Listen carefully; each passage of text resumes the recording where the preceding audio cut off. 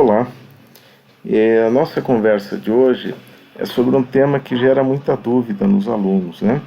É a questão do produto marginal ou da produtividade marginal.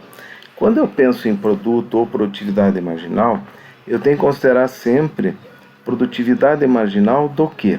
Então, se eu for pensar, por exemplo, produtividade marginal da mão de obra, né? O que eu tenho que considerar?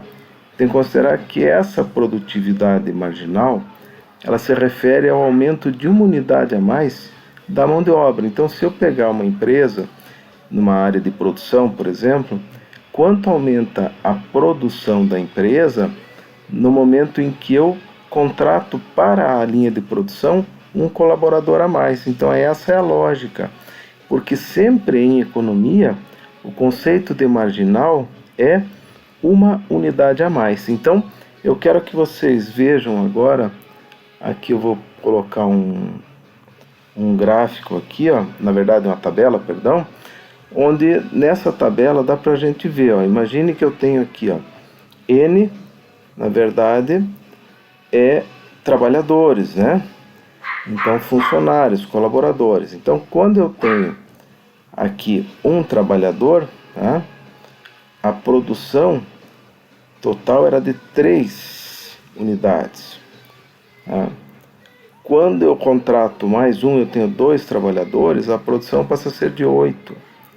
Ao contratar 3, a produção aumenta para 12. E assim por diante, né? Lembrem que nós estamos pensando aqui numa produção em curto prazo, porque eu tenho as máquinas, o carro, sempre 10, uniforme, tá? Então, eu tenho nessa tabela produtividade média e produtividade marginal. A produtividade média é muito simples, né? Eu tenho um trabalhador, produto total 3, tá? 3 trabalhadores, 3 unidades de produto total divididos por um trabalhador, eu tenho 3 de produtividade média. Vou pegar aqui, ó, quando eu tenho a produção total de 17 unidades e eu tenho 5 trabalhadores, eu tenho uma produção média, um produto médio de 3,4. Então o médio é fácil, né? É o produto total dividido pelo número de trabalhadores. A produtividade marginal já é um conceito que envolve variação, então é delta, produto total, divididos por delta, número de trabalhadores. Então o que vai acontecer aqui? Vamos olhar esse nosso quadro aqui de uma maneira mais focada para entender o produto marginal. O que eu tenho então? Vejam aqui, ó. Eu tinha 0 trabalhadores, eu tinha 0 produção. 0 para 1 variou quanto? Variou 1, não foi? Então o delta N aqui vai ser 1. E o delta produção total, de 0 para 3 é 3. 3 divididos por 1, eu vou ter uma produtividade marginal de 3. Tá? E aqui eu tenho a produtividade marginal de 5, por que motivo? Porque a produção variou de 3 para 8, variou 5. E a quantidade de trabalhadores aumentou somente 1, variou 1. Então 5 divididos por 1, eu vou ter uma produtividade marginal de 5. Então sempre eu tenho que fazer essa relação. Aumentou uma unidade a mais, quanto vai aumentar a produção da empresa? Vamos pegar agora aqui, ó. Nesse caso eu tinha 17 de produção total e diminuiu para 16. Então eu tive uma variação negativa, menos 1.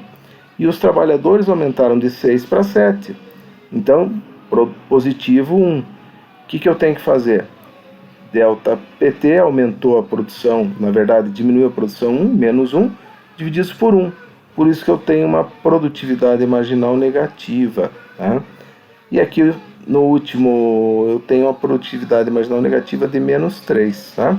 Mas o que acontece? A empresa dificilmente vai deixar chegar nessa situação. A empresa ela vai procurar produzir até o momento em que ela ainda tenha uma produção. Tá? Ela não vai ter produtividade negativa. Quando isso, porventura, estiver próximo de acontecer, a empresa deve mudar a sua função de produção. Ou ela muda a tecnologia ou ela compra uma máquina a mais. Esse é o raciocínio que a empresa normalmente faz. Tá? Então, vamos pensar outra vez nessa situação. o que estaria acontecendo? Como é que eu analiso a produtividade marginal? Sempre considerando a variação do quê? A variação da produção total em função da variação do número de trabalhadores, porque eu estou analisando a produtividade marginal da mão de obra. Espero ter ajudado.